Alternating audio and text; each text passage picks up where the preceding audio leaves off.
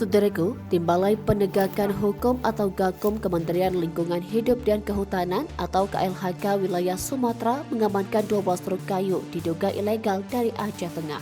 Pantauan tribungai.com pada Jumat 18 Juli 2025. Ribuan keping kayu yang berasal dari wilayah Karangampat, Kecamatan Ketol, Aceh Tengah itu kini diamankan di kantor Kesatuan Pengelolaan Hutan 2 di Kabupaten Bener Meriah. Kayu tersebut terdiri dari papan, broti dengan berbagai jenis ukuran serta puluhan kayu gelondongan.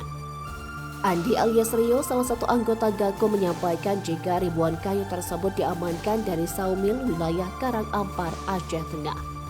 Kemudian oleh petugas Gakum mengangkut kayu itu menggunakan truk ke kantor KPH 2 Bener Meriah.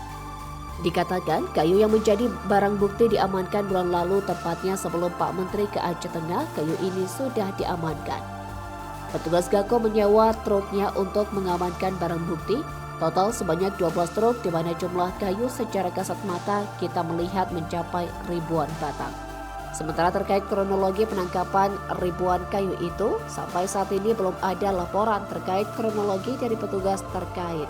Di mana Andi juga menjelaskan kronologi penangkapan itu sudah ranah penyidik, termasuk siapa pemilik kayu. Begitu juga Andi membantah adanya informasi jika ribuan kayu tersebut diamankan di depan markas Batalion Infanteri 114 Satria Musara.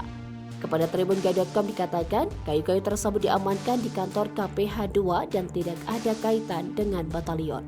Dari Bener Meriah, Bustami, Tribun Gayo.